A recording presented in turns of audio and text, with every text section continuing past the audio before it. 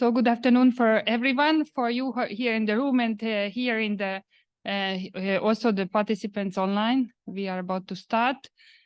My name is Edith Herzog, one of the co-chair of the RDA Fair Data Maturity Model Working Group, which is in the maintenance mode at the moment. Together with my co-chair colleagues, we have Keith Russell from Australia. We have Sarah Jones from Géant. Shelley is upstairs. She's busy in other meetings, so hopefully she will show up. But we have her right hand here, Christina from the EGU. And we have Julia German, who is the PhD student in Cologne.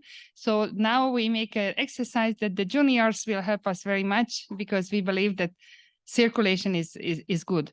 I give a floor to Keith. He will manage this session mostly because he's far more professional than myself in the topic of instruments. But I wanted to tell you what is the idea behind why the Fair Data Maturity Model is dealing with the instruments. So when we finished the job of the Fair Data Maturity Model at the first place before we went to maintaining, we decided to keep the job and the work out into the 3 dimension. And we used the famous European 3 dimension, enlargement, widening, and deepening. Yeah, that's what we are observing in the current future. So enlargement speaks for itself. We try to promote the fair data maturity model as much as we can across the continent. And the work is going well. We invited also in this plenary people that please share with us all the potential use of the fair data maturity model, because it's very, very difficult to follow. So we would be very excited to get more information that we can follow the changes. So the enlargement is quite logical. The deepening is another dimension when we try to go more into the details of the current existing model, that what can be fine-tuned, what has to be maybe calibrated or better explained. So this is also speaks for itself. The widening, I think the most interesting one, the widening is going out of the fair data maturity model coverage, which started with the metadata, if you remember. And now we understand that we have to go to the lab, and we have to go even before the lab to think that how the pre-metadata stages could add to the verification and to the fair data maturity model. So this is why we arrived in the last plenary in P20 in Gothenburg to the idea to have a discussion about the PID and the instruments. And this is the second session around the topic. So don't forget, the fair data maturity model is about enlargement, deepening, and widening. If you have any idea that we have to make some work into any of those dimensions, please let us know. And today, enjoy the widening session. Go to the instruments. Keith, you have the floor.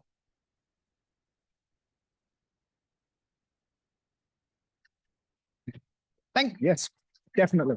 Thank you, Edith. That was great, and great bit of context for why we pulled together this session. So just a quick overview of the agenda for today. I'll give you a very quick spiel about the Fair Data Maturity Model Working Group, what we are, where we've come from, what we've built so far. And Edith already gave a great perspective of why we are organizing this session. After that, Christina will do a recap on the last plenary. We did a joint session with the PID interest group, and that already started this discussion. So rather than repeating that discussion, Christina will be bringing up a number of those points in so we can build on those points. Then we've got a video recording from Louise, who will give us a first-hand overview of some of the PID inst work. Then we've got Matt. Great to have you here, Matt. Thank you. We'll be presenting about the NSF fair facilities and instruments. And after that, we want to make this interactive, and we want to hear from you. So we're going to be breaking into 2 groups, and we're going to be picking your brains. We'll do that later. And then we'll be asking you each to report back on what you see as the key things that we need to work on. And the end game is to see where we can get towards establishing a working group. What would be the things that working group would cover? And most importantly, who from you in this room are going to be active in this working group? So that's just to give you a bit of a sense. Yes, and Julia's going to be hosting the 3rd virtual group. So big thank you to Julia for that. Finally, right at the very end, I'm going to give a very quick spiel back to the fair data maturity model. Another thing we care about is collecting adoptions, but I'll talk about that later. So the RDA Fair Data Maturity Model Working Group established, I had to go back into my notes, back in 2018, 2019, fair data principles were out there where we're getting all sorts of interpretations, some quite creative. And what we noticed that the principles were very high level, but there was a lot of ambiguity in how they were being translated. So we said, well, and there were also a lot of different fair assessment frameworks that were being developed, which were resulting in different metrics, and it was quite difficult to compare those results. So what we decided was to bring together all these stakeholders, including a number of existing fair assessment frameworks, and see if we could build on those existing approaches and expertise to agree a set of core assessment criteria for fairness. And that's what the Fair Data Maturity Model Working Group ended up becoming. We did not want to develop yet another evaluation method. We also didn't want to define how exactly those core criteria would need to be evaluated. And very importantly, coming up in the discussions, we were not changing the fair data principles, or we were not redesigning those. So we went through a whole process, first of all, collecting what sort of assessments already existed, coming up with a first model with the community, testing that out, publishing that, and then after that first iteration and that first version came out, we turned into maintenance mode, and we've done a number of other activities related to fair assessment and the fair data maturity model. So here's the model. That's where you can find it. If you haven't already seen it, have a look.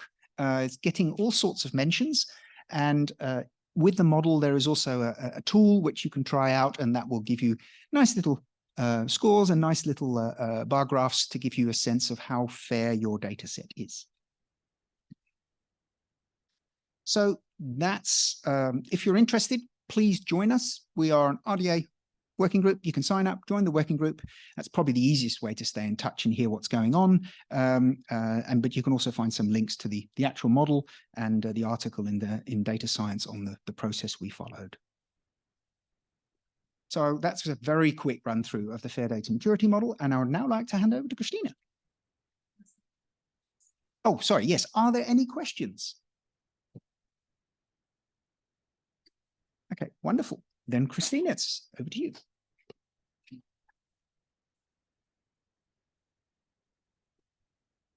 Hi, everyone. Thanks for joining us today. For those of you who don't know me, I'm Christina Vrauenvelder. I work with Shelley Stahl at the American Geophysical Union on open science and publishing open data and software. So we have a bit of an interest in metadata because we're asking our researchers every time they publish a paper in an AGU journal, there are 23, to take on the additional task of publishing their data or their software. If we're going to ask them to do that, we want the end result to be really usable to the community. We want there to be a reason for it. So we're interested in making metadata creation easier for researchers. I personally also have a background in chemistry. I spent 5 or 6 years writing down details of each experiment in a lab notebook, really painstakingly. And I also spent that 5 years going back and trying to read about all my lab mates' experiments, try to reuse their data. And it's sometimes pretty challenging. So I often think about how much easier it would have been if some of that had been automated for us from the start. So that's the genesis of this project in conjunction with the Fair Data Maturity Model work and the work of the PID-INST group. And that generated the joint session in Gothenburg this year, which was really great. And the joint session is on the same subject that we're going to talk about today. How can we integrate metadata collection into instrumentation to make metadata easier to collect and to make our data more fair? At the joint session, we presented 4 different use cases for this. From a number of people who are both active in RDA, active in Earth and Space Sciences, and active in chemistry. There's a full recording online, but I'll highlight some of the key points from the joint session. We pretty much all agree that it's important to not only record information about the instrument, but also on how the data collection took place on an instrument. So moving beyond just a PID that's attached to an instrument, so you know what instrument you used, to actually having some more information related to the data collection, et cetera, attached to that. Contextual information alongside the measurement is really important to understanding how to reuse data.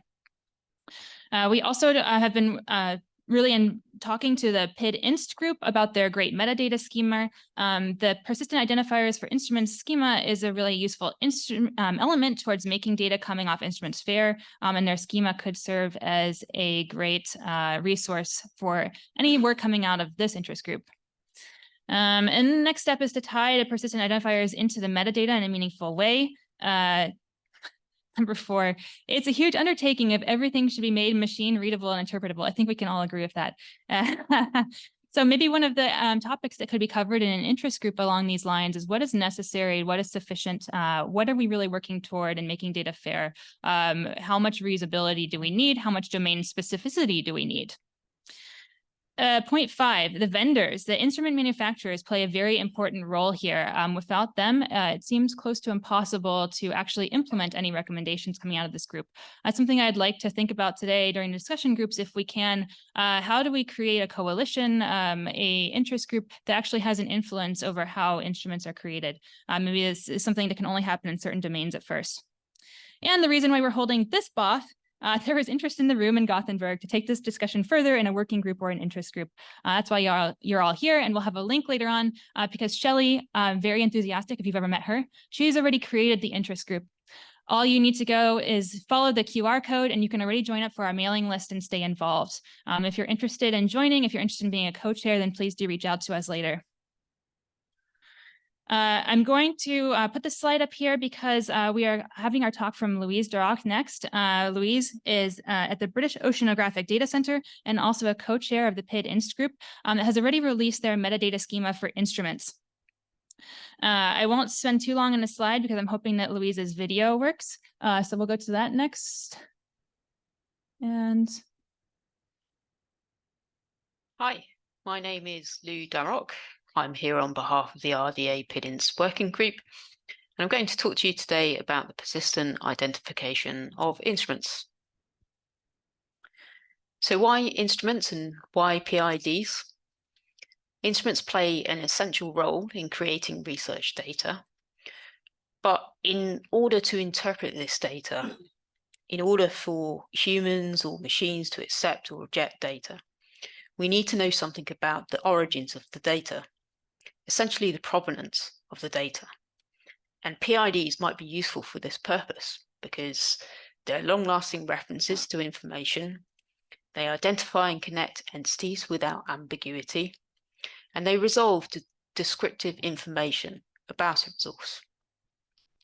So possible usage in the research arena, persistent linking of research data in instruments, citing instruments in literature, gathering instrument asset metrics to help justify funding. So using PIDs for instruments seems timely. We're using PIDs more and more to identify things. These include journal articles, data sets, research projects, researchers, institutions, but they also now are used to represent physical things, for example, physical samples. So the RDA persistent identifiers of instrument group, or the PID-INST group, sought to come up with a practice for identifying instruments. But rather than creating a new service, we sought to make it possible for different PID providers to publish instrument PIDs. In this way, we can help reduce costs because people can use existing providers rather than buying into a new service. So we developed a minimal set of metadata properties that can be registered with each instrument to provide some level of discoverability and reusability. Since then, 2 PID providers have adopted the schema. We've got Epic, which uses handles, and DataCite, which uses the DOI resolution mechanism. There is some schema mapping needed to the existing DataCite PID metadata, but this is to be expected with some PID providers. DataCite have recently added the resource type general instrument for this purpose to the next version of the metadata schema, version 4.5. So here's an example of a dataset on the left that's linked to an instrument DOI record published at DataCite on the right. I think the dataset was linked to the instrument DOI using the is compiled by relation type in this case. Unfortunately, the institution HZB who published this DOI was hit by a cyber attack in recent weeks, so I'm not able to show you the full redirection to their landing page. So this is just the metadata record published at DataCite. So PIDINST have produced a few outputs in support of instrument PIDs. We have a methodology paper, how we went about creating the schema, the actual RDA endorsed recommendation of the schema, and we also have a white paper on operationally using instrument PIDs. Adoption includes B2INST, a UDAP registration service, the EU Actris project for atmospheric observations, as well as DataCite, as I've mentioned before. So how does this help towards fair data? The PIDINST strategy helps towards the findability, accessibility, and reuse of instrument information, in that a common set of properties are registered with each instrument, and the service resolves to a location-independent landing page of the instrument information. But as we enter a more digital world, there are going to be other challenges. For example, interoperability, in that machines can read and hopefully interpret information. The PIDINST schema, shown on the left, does offer limited interoperability, in that there is flexibility towards using control vocabularies of your choice, but there's not really a formal knowledge representation. In addition to interoperability, we need to get to the key information to effectively use the data, essentially a point where machines can decide to accept or reject data. I think some of this also relies on the instrument experts who know what the key information is and what to share. And finally, as technology advances, there will be a proliferation of instruments, larger data volumes, and more unstructured data. So we may need to find ways to quickly decode the data. So I'm going to finish off with a couple of examples to show what I mean about those last 3 points. We took part in an EU project called SenseOcean back in 2016. The aim was to reduce transmission costs from remote sensors deployed on platforms in the oceans. We did this by sending a resolvable identifier for the sensor back with data, rather than including all of the sensor metadata. This was then matched to the sensor's rich metadata on shore and published in interoperable web publications. This is an example of the sensor information published. It was published in SensorML and semantically enriched using controlled vocabularies, which themselves were published in a formal knowledge representation. We were able to add key information beyond that of the PIDINST properties like detection limits, precision, etc. Although we semantically enriched this representation, it was very marine domain specific. Finding cross-domain solutions might be challenging. More compelling is that I was able to use the EPIC handle system to actually publish this SensorML using the PIDINST strategy in this example. So what about unstructured data? In the CREAM-T project, we used a novel wave overtopping sensor to send data over the mobile network to a data brokering API called URDAP. The problem was that the data sent was just an unstructured string, as shown at the top. Using XML schema mapping provided by ERDAP, we were able to interpret the variables and uplift the data with fair metadata. We also attempted to provide the instrument provenance through an identifier dynamically, seen on the right in the red, though these were not minted instrument PIDs. So thank you for listening to my presentation. I hope you found it interesting. I'm happy to answer questions. Please feel free to email me at the address shown. Thank you.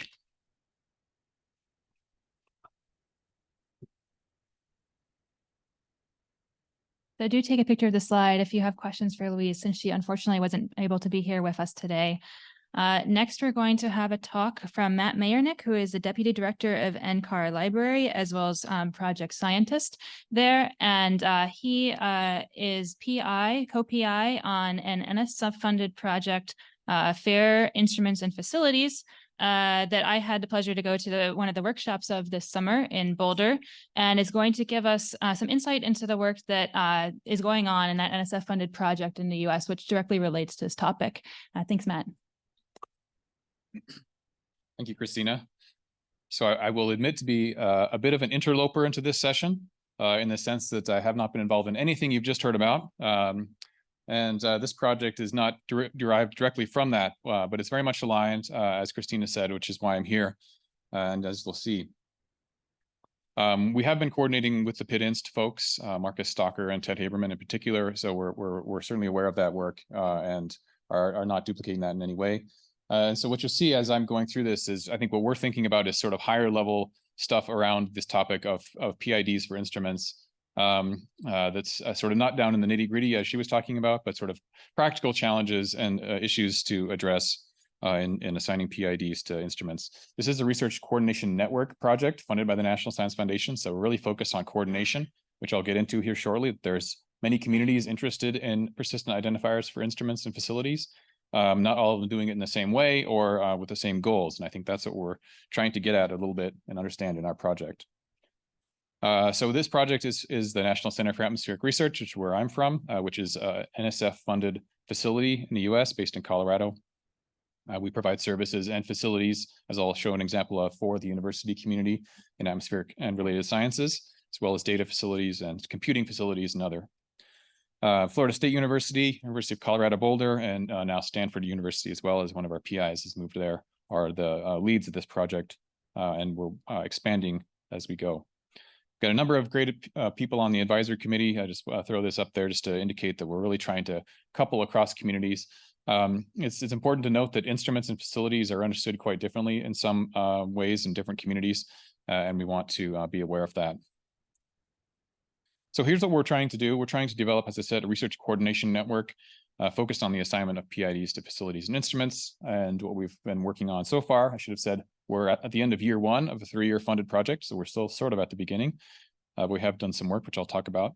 Compiling use cases. I'll come back to this, but why are we assigning PIDs and how to facilities and instruments to facilitate the generation of expertise, guidance, and then, of course, get to recommendations and lessons learned.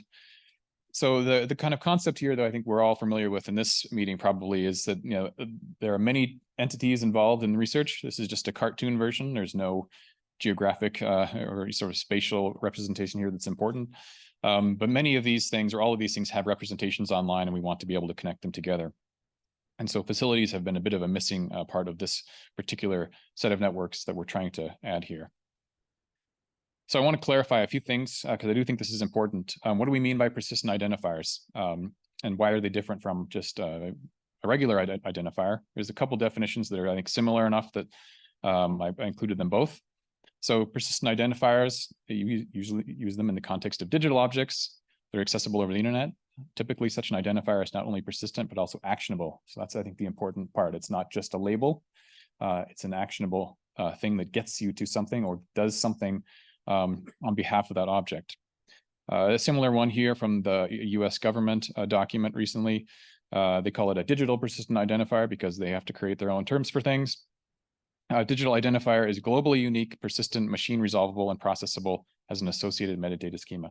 So a few more specific details there, but again, the idea is that a persistent identifier does something. There might be metadata associated with it. It's not just a label.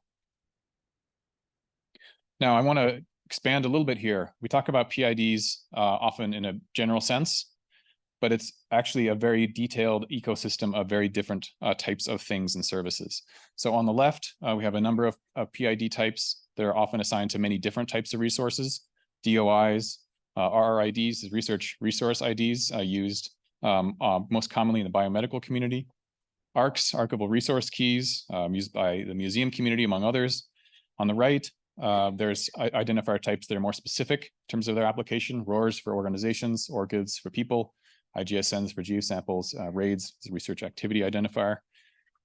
It's also worth noting that there are sometimes flavors of these, right? So DOI, there are multiple types of DOIs. Crossref and DataCite both provide DOIs. There are actually many more DOI providers that we tend to not deal with in the academic world. They resolve the same way, but they are different in terms of their services and their metadata and what they're usually applied to. IGSN is now also a flavor of DOI. And so what I want to kind of highlight here is that, at least on the left, all three of these are being already assigned to research facilities and instruments, often in different ways, and they have different services and metadata associated with them.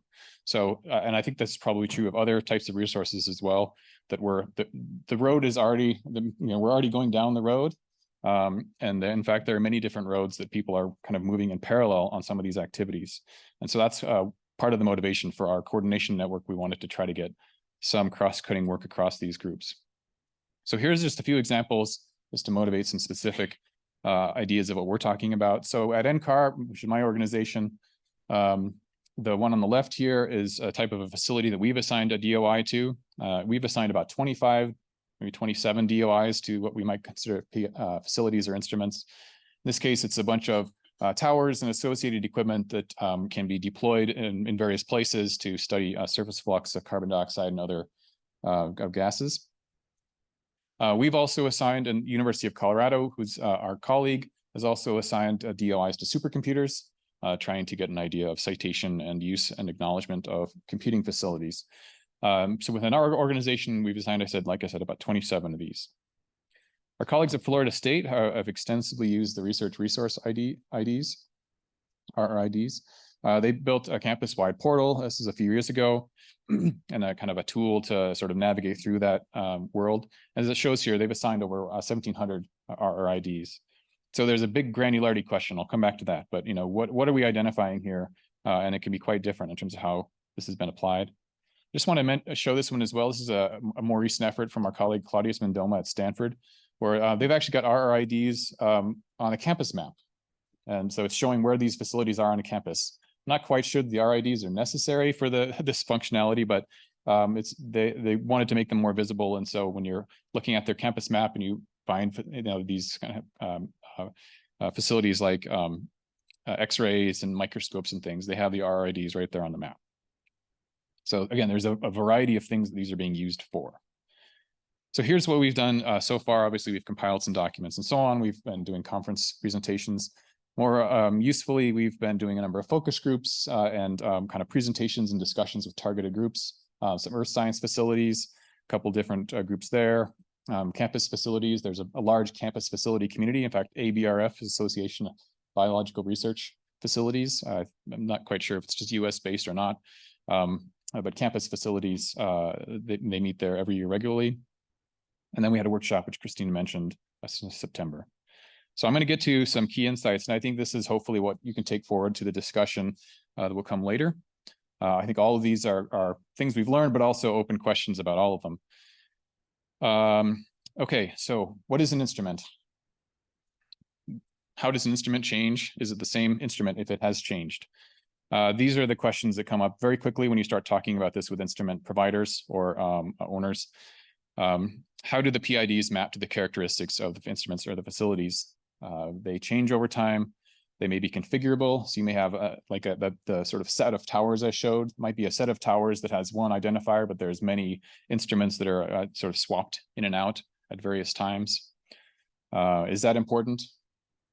It probably is important from a metadata point of view, but is it possible to track that with a PID? They have relations to data sets. I think we heard that in the previous talk from Luis, and that's important to be able to track. So about the PID ecosystem, as I already mentioned, why would you choose one of those types of identifiers over the other? That was, to me, one of the motivating questions for our project, and I don't think we've gotten a good answer to that yet. I think so far the answer is, if you've heard somebody that you know talk about it, that's probably what you're going to use. And maybe that's a good enough reason for some cases, but I don't know. It doesn't feel right. It doesn't feel right as the final solution. At what granularity should PIDs be assigned? Okay, I already talked about that. Is it, you know, a large facility? Is it every single sensor? I think that's, again, a choice that different groups are making in different ways. And then the services provided with them. Some of the services that I showed have citation metrics associated with them, which is one of our main use cases. Some of them don't. And then, of course, the outreach, the social aspect with the users of these instruments and the associated data sets. You know, what PIDs should they be using? Should they be citing the instrument and the data set? Just one, just the other? Again, these are questions that we're still trying to work through. How and where to cite them. This is kind of where we're happy to have our publisher colleagues involved.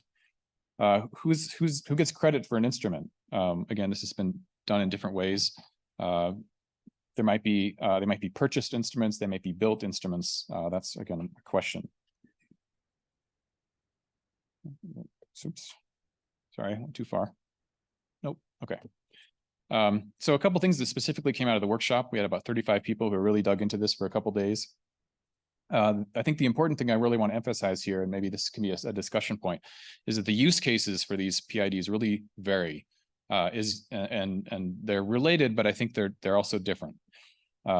So our use case at NCAR has really been the credit use case. We want to know what papers are being written based on the use of these facilities.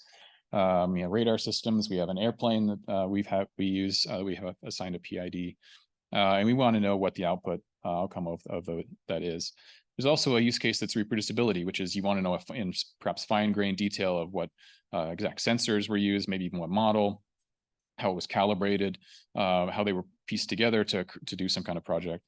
I know I'm a little bit over time, so I'm going to go a little bit quick here. There's also the provenance, which is sort of tracing these chains, but you don't necessarily care about credit. The application of the PID may be different based on the use case, right? So start with the use case, I think, is where we've gotten to at least at this point, and then think about the PIDs based on the use case that you're trying to support. And I think, as always in PIDs, a good rule of thumb is to start simple, then move to more complicated approaches if needed. It's harder to go the other direction, to start complicated and back out of it. Sometimes we need to think about metadata in addition to PIDs. I think this did come up in the previous talk as well, maybe Christina's comments. Not everything can be tracked with PIDs. At some point, we need to stop assigning PIDs at a certain level of granularity, and maybe some of the details is more of a metadata question. Yeah. Lack of understanding of certain stakeholders' incentives can be a challenge, right? There's many stakeholders. There's the researchers, there's the instrument owners, there's the vendors or the builders of the companies, there's research administrators, and so they all have different incentives. I think I'll maybe skip the last two, which are kind of duplicative. There's a need for education and outreach. I think that's a good general statement. So I'm going to stop there. We have a website. We have a Slack channel, which is not super active, but if you would want to get on there and make it active, you certainly can. And then we have a list, which you can, if you're interested in just hearing about our project, it'll take you to a Google form where you can enter your information there.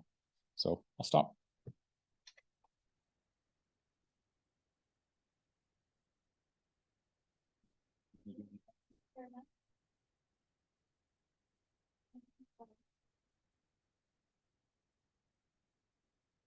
I'm not sure if you can say something about, but in the previous presentation, there was discussed the difficulty to harmonize the metadata that should be associated to the bit. And for example, for me, it would be natural to say this instrument is measuring a property of something. And I just want to say, working with Markus Stocker in previous projects, he was always thinking to use IADOP variables for that, because that's already giving context to the property being observed. And yeah, it is a small graph that you add to the PIT and is semantic interoperable. Just wanted to bring this in because might solve a little bit of the whole problem that you addressed. Yeah.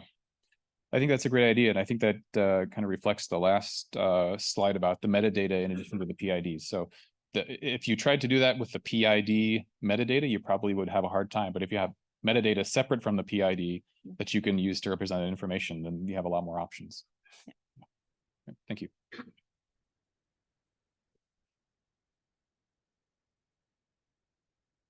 All right. Thank you very much. Thanks, Matt.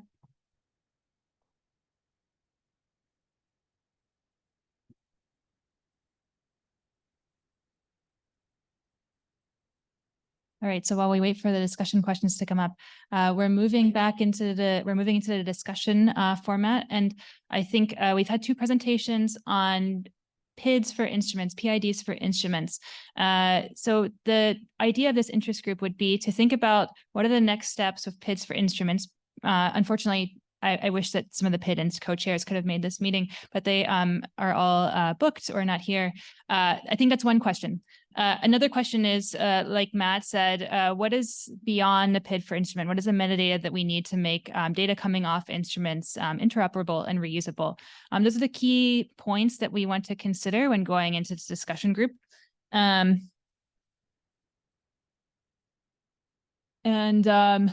We have prepared some discussion questions as well as some questions related to the potential formation of an interest group. So charter related questions into 3 documents.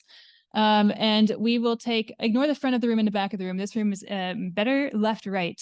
So we'll have one group on the left with Keith and one group on the right with myself, and then a third group online. If you would all go to the collaborative notes document for this session, which should be on the RDA program, there are Google documents associated with each breakout group there, and they're all numbered. So Keith is left, I'm right. Keith is 2, I'm 1. Yes, we need an ontology here. Thank you.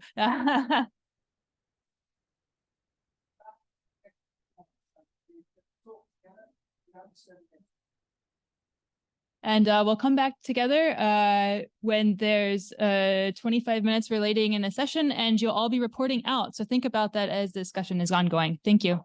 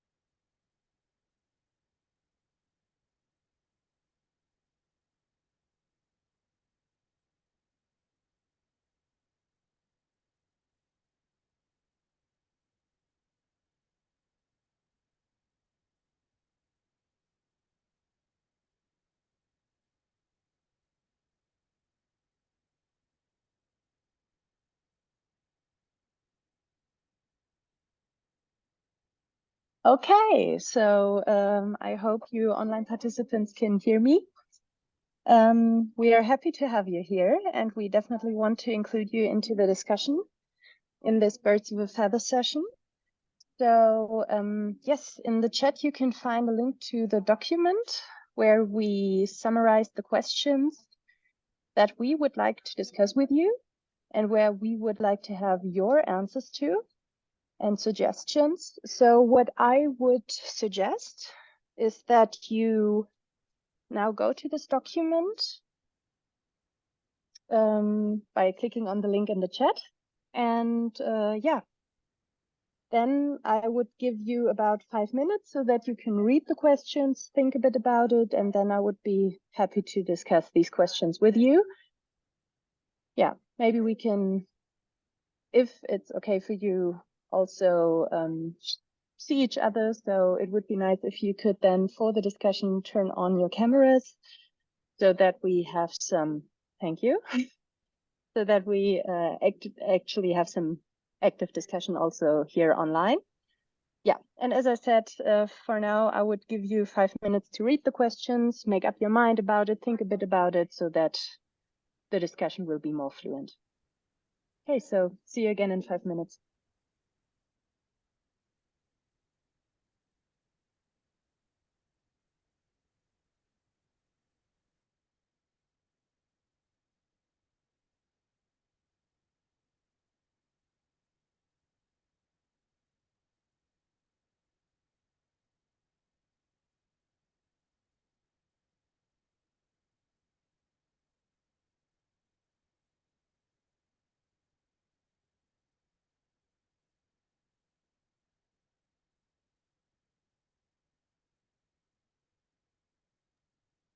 And of course, also feel free to already put some notes into the document. It's a shared document. You can do that anonymously or put your name if you want to be attributed for your input. So yeah, just fill the document. Already put your answer below the question if you feel like that.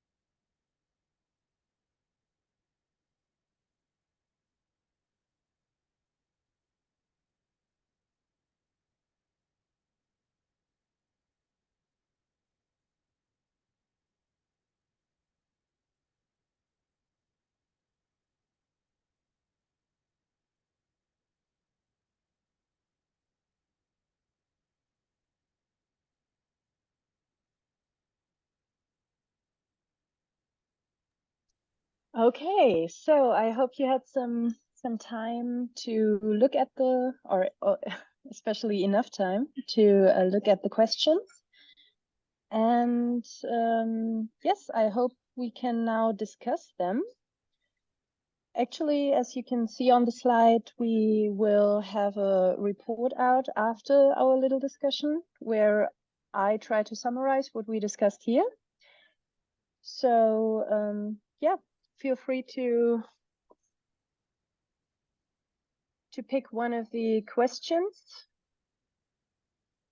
and let me know what you think about it so that I can report out something.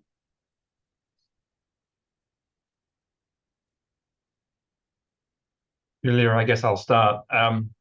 I've gone through the first question in the 4 different parts, and I have some answers which I will paste in. Probably the one that I would probably throw out, maybe for others to comment on, is point 3 under topic 1, which is all the context captured in the metadata coming off the instrument? Clearly, the answer is no.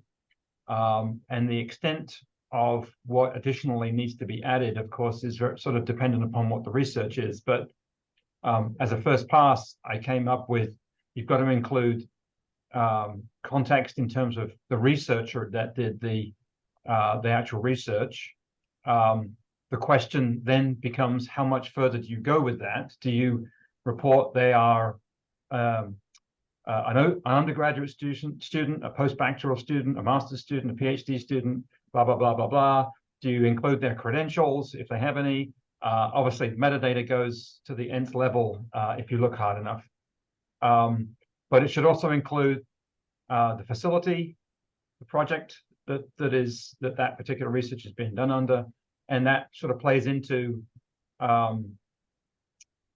is metadata coming off the instrument discipline specific? I think the answer is, I'm not sure it's discipline specific, but I think it is research activity specific. For instance, if somebody is using mass spectrometry, which is quite a popular technique in analytical chemistry in a very, very general sense, but there's also a big usage of that in the bio arena for working out what the metabolites of a particular drug are in the body, for instance. So, again, the context of how and why that research instrument is being used is definitely very dependent on a lot of other things.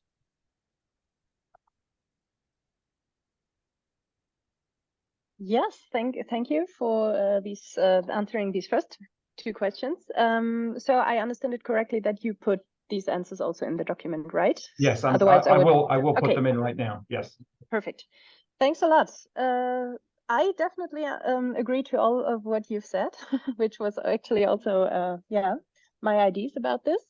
I mean, also especially regarding these going to the level of the individual researcher and also documenting context, research activity, who did the analysis, are definitely important information. And if you don't document it, it will be lost. So yes, I agree to all of this, but are there maybe other opinions in this group? Does anyone disagree or want to add to this?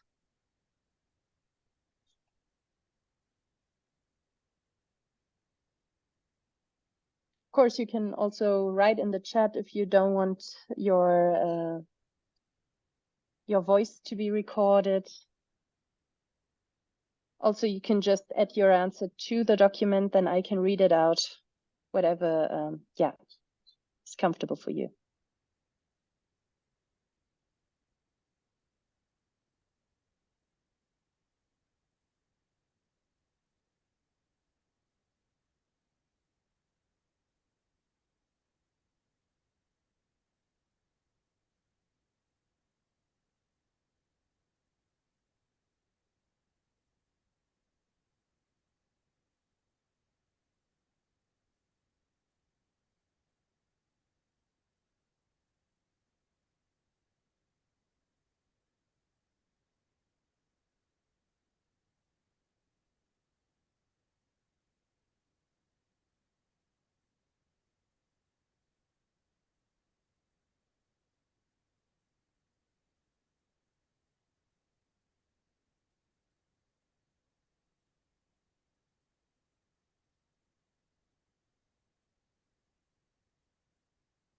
Okay, so we do not seem to have any objections or additions to what we've said, what we've discussed already.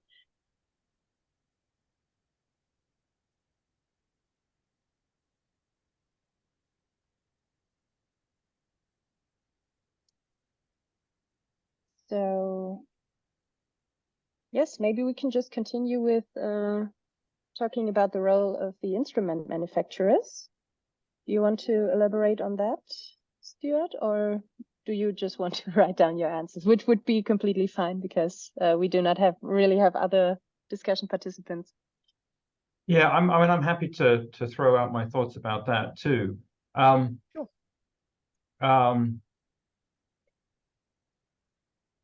I think,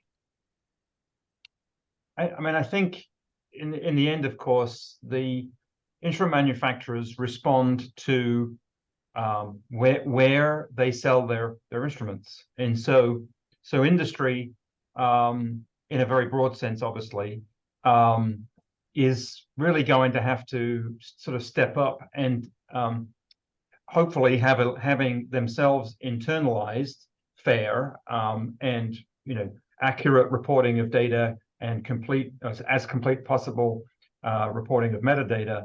I think that is coming within industry. Maybe it's better in certain sectors and not others, but I'm not sure that in a broad sense that's quite where industry is. But then again, when major companies start producing, or let's say producing products as an example, where in a sense they can sort of promote that the reason their products are better than other companies is because of the fact that they did their diligence in terms of the data, and they were able to really analyze their processes and get them honed down and all that kind of stuff. Once one or more companies kind of, or sectors, comes up with statements like that says, the increased amount of data enabled them to produce a better product, then other organizations or sectors are going to sort of jump on that bandwagon, and eventually there's going to be a lot of pressure, I think, on the instrument manufacturers to clearly support all of that. It's going to take some time though, but I think that's the mechanism by which it happens. Yeah, so, and also, do you have the feeling that there will be these voluntary first companies that take the leads in? Do you think this is possible, that they yes, do yes, it voluntarily? I do. Okay. And I think probably those companies will be ones that have, nominal, well, significant, let's say, regulations from government, because of their responsibility. So the pharmaceutical industry, for instance, as an example. I think, where, and I know only sort of majority about this in the US, but obviously there's regulatory agency in the US that looks after food and drug, and then there are absolutely a lot of requirements from, in the US, the FDA, to the manufacturers. So they have to document all of their processes accurately, and they have to the different phases of the trials that they do.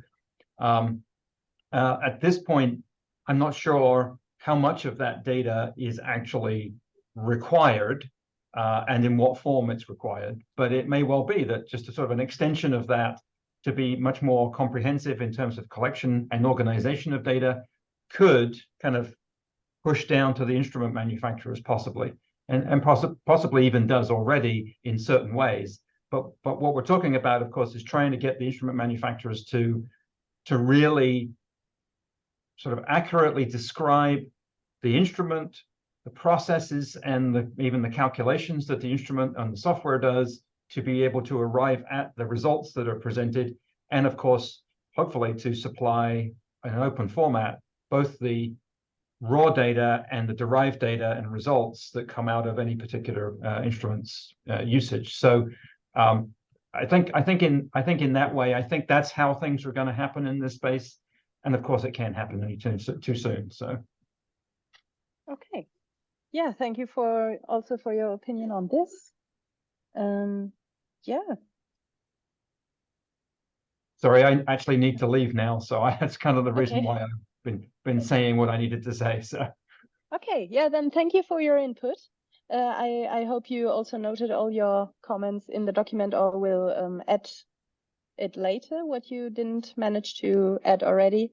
yes, And yeah, thank you for your participation. thanks. Okay. Okay.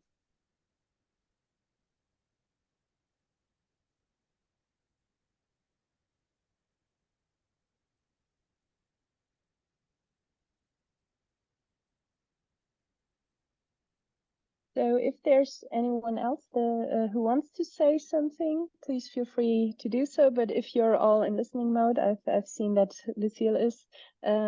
So if you others are also in listening mode, that's definitely no problem. So I would end the discussion now. So yes.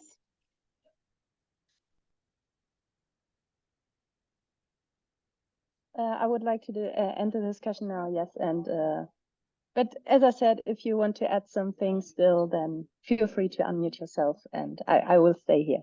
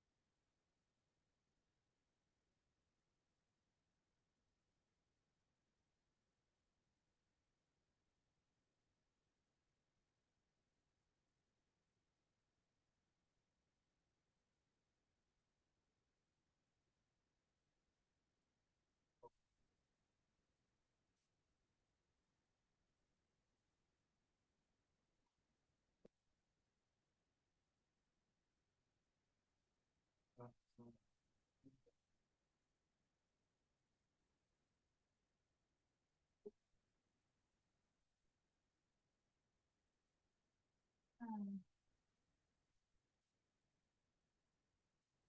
there any other initiatives that are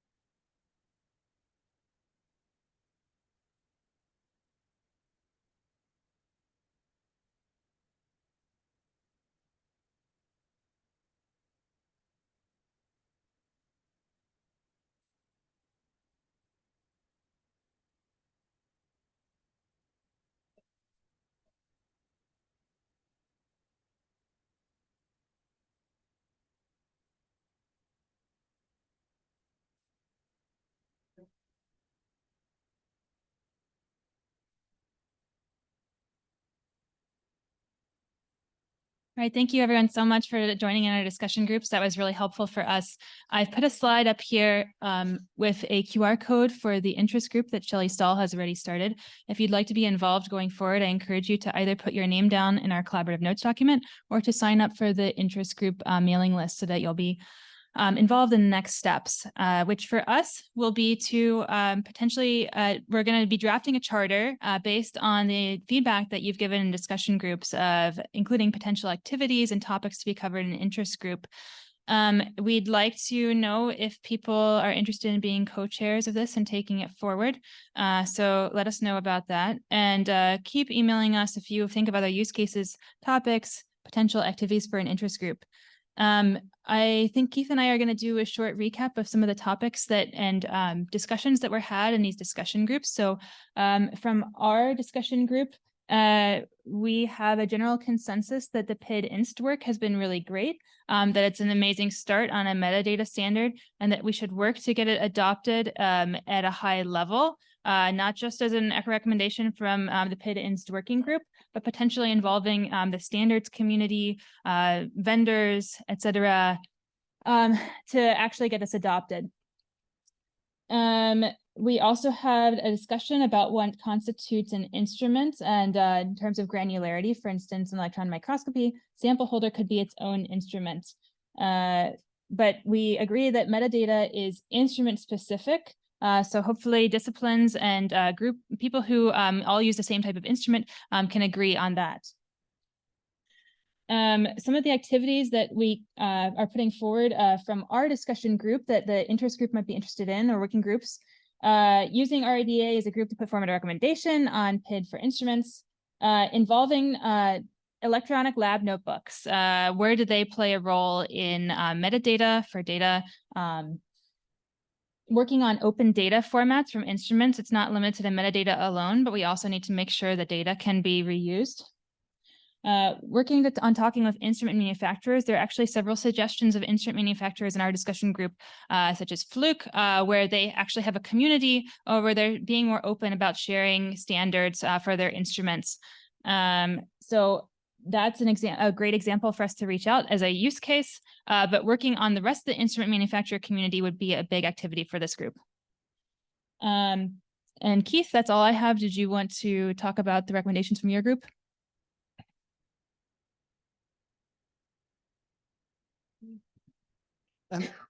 Thanks, Christina, and thanks everybody for engaging and being active and involved at this time of day. It was we had a very lively discussion. It was quite enjoyable.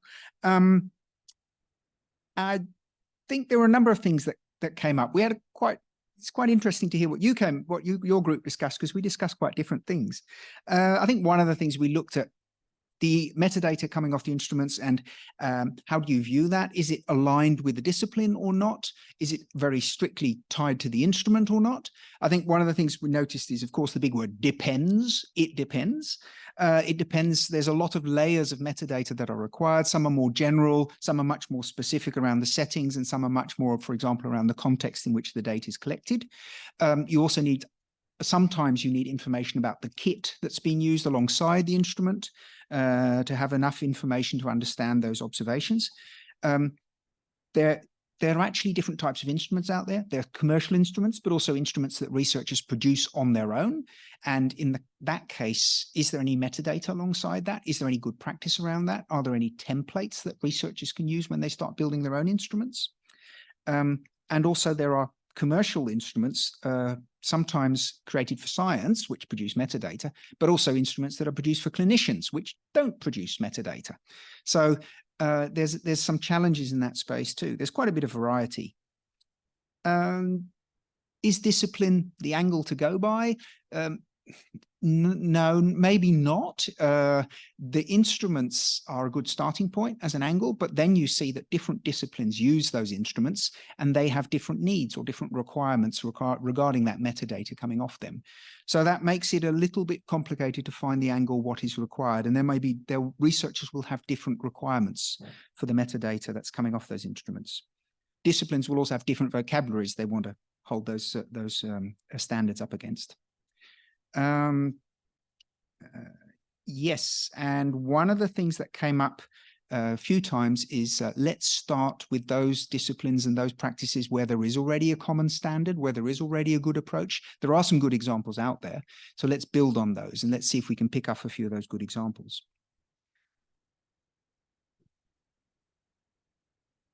So again, when we said who should lead on this, let's start with those enlightened research communities that already have agreed their standards in the broader sense.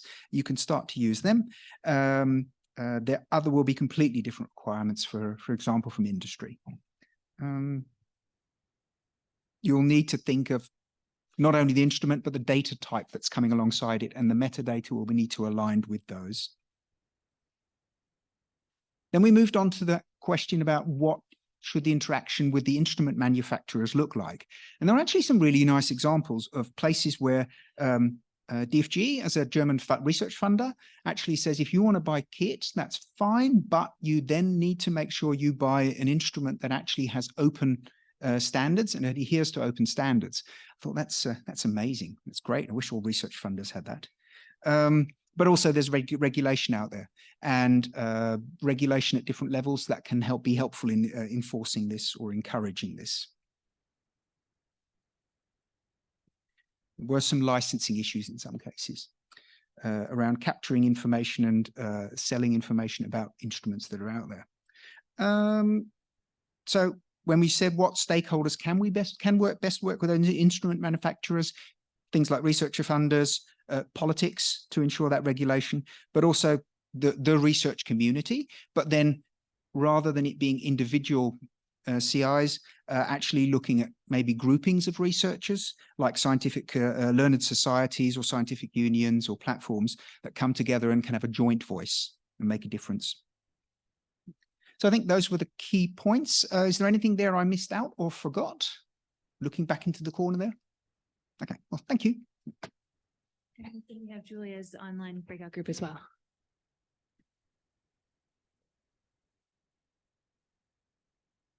Yeah, so also the online participants should get a voice. So I listened to their opinions on the questions we asked you.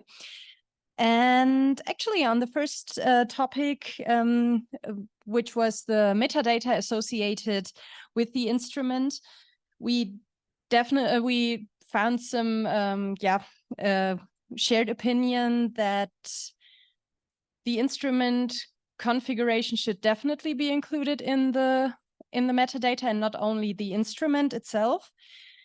Also, it should be discipline specific and even contain more context information, like which researcher measured the data, which level of expertise did this researcher have.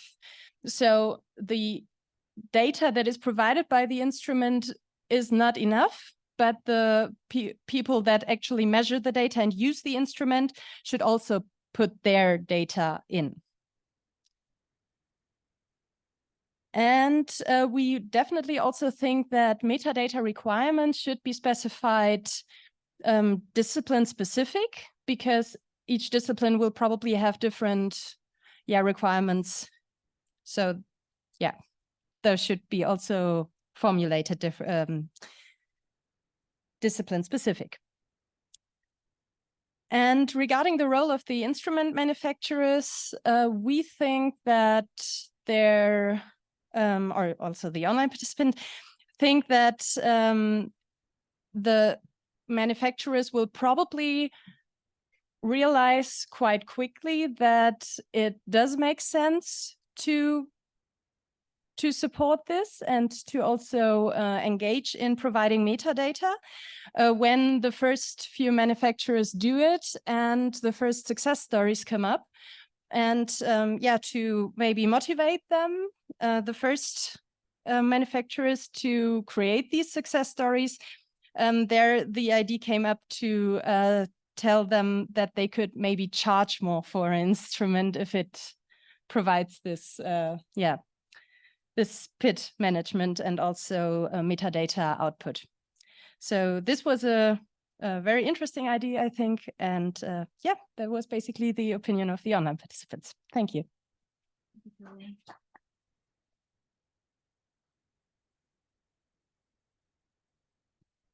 Yeah, so now we have a wrap up, and Keith will mention the Fair Data Maturity Model Working Group's call for adoption stories as well.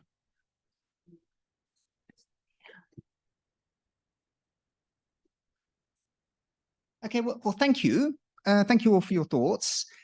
It was great to hear those different groups and the different perspectives that came together there. Sounds like there's enough to work on and there's a good starting point. First of all, I would like to see, I'm going to put you on the spot, show of hands. Who would like to take this further? Are there people here in this audience that say, if there is such an interest group, I'd like to get involved? Okay, I see this. 1, 2, 3, 4. Okay, great. That's a great starting point. So yes, you can come up to the front at the end. We'll have a bit of a chat and see how we might be able to take next steps with this and progress this. For us, we're seeing these conversations, seeing these perspectives. It sounds like there is work happening.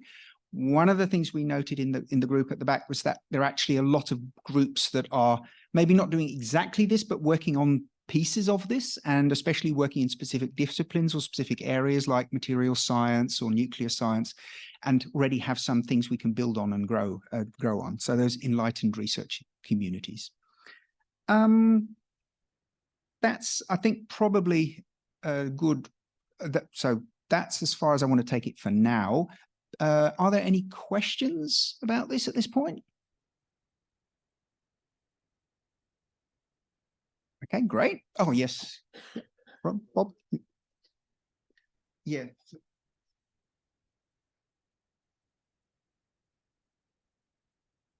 Yeah, I just want to emphasize one thing that came up in our discussion group, which is that for this really to take hold and have an influence on instrument vendors, we have to go beyond an RDA recommendation. We have to get into the international standards arena, because a vendor who has a market in the billions of dollars is not going to make decisions affecting their manufacturer based on an output of RDA.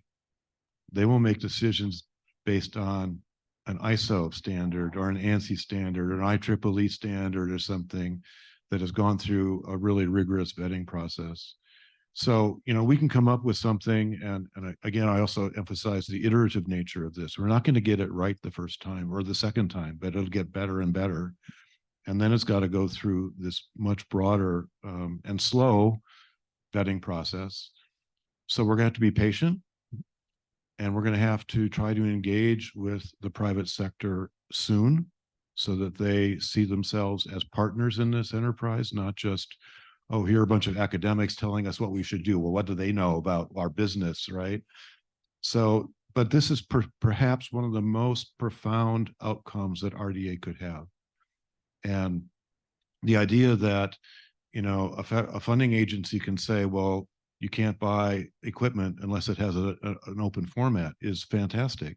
I'm trying to do that in the United States with 26 different federal agencies. So it's just like EOSC, right? You're trying to get agreement across a very broad spectrum, and it's hard. It takes a long time. And there will be political forces acting against you. Vendors will have their lobbyists talking to politicians saying, we don't want to do this. So I just want to prepare people for the long haul, but also how important and how profound this particular exercise is. Thanks, Bob. That's inspiring. It's also that Intimidating. intimidating yet inspiring at the same time. So yes. Anybody, any thoughts, any responses on that? Okay, I hope that's it. Edith? Yeah, I think that Bob is absolutely right. Yeah, that we are entering to the standardization territory, and we're entering also to the regulatory territory. The EU is creating now the regulation on the cyber security for each single product. Yeah, we can maybe push the EU to move towards the open data format specifications. Yeah, so the regulation and the standardization are important. But I think that the bottom-up approach, yeah, to show up that there is a demand, yeah, and the good vendors normally follow the demand. We do not wish to hear all the suppliers. We wish to hear the champions who wish to be the leaders to support. Yeah, for me, the biggest learning in Göteborg was the Brazilian lady who explained that how many time of her very expensive research time she has to spend to retype the papers from the instrument to the template which is required for the research. I think that this efficiency has much higher value than we think, but who else, if not the RDA, can articulate this value? Yeah, and it's a real efficiency. So it goes to the sustainability. Yeah, it goes to the values we stand for, the sustainability as a value. And I think that the researchers and the best vendors maybe find RDA as the best place to meet. Yeah. Okay. So,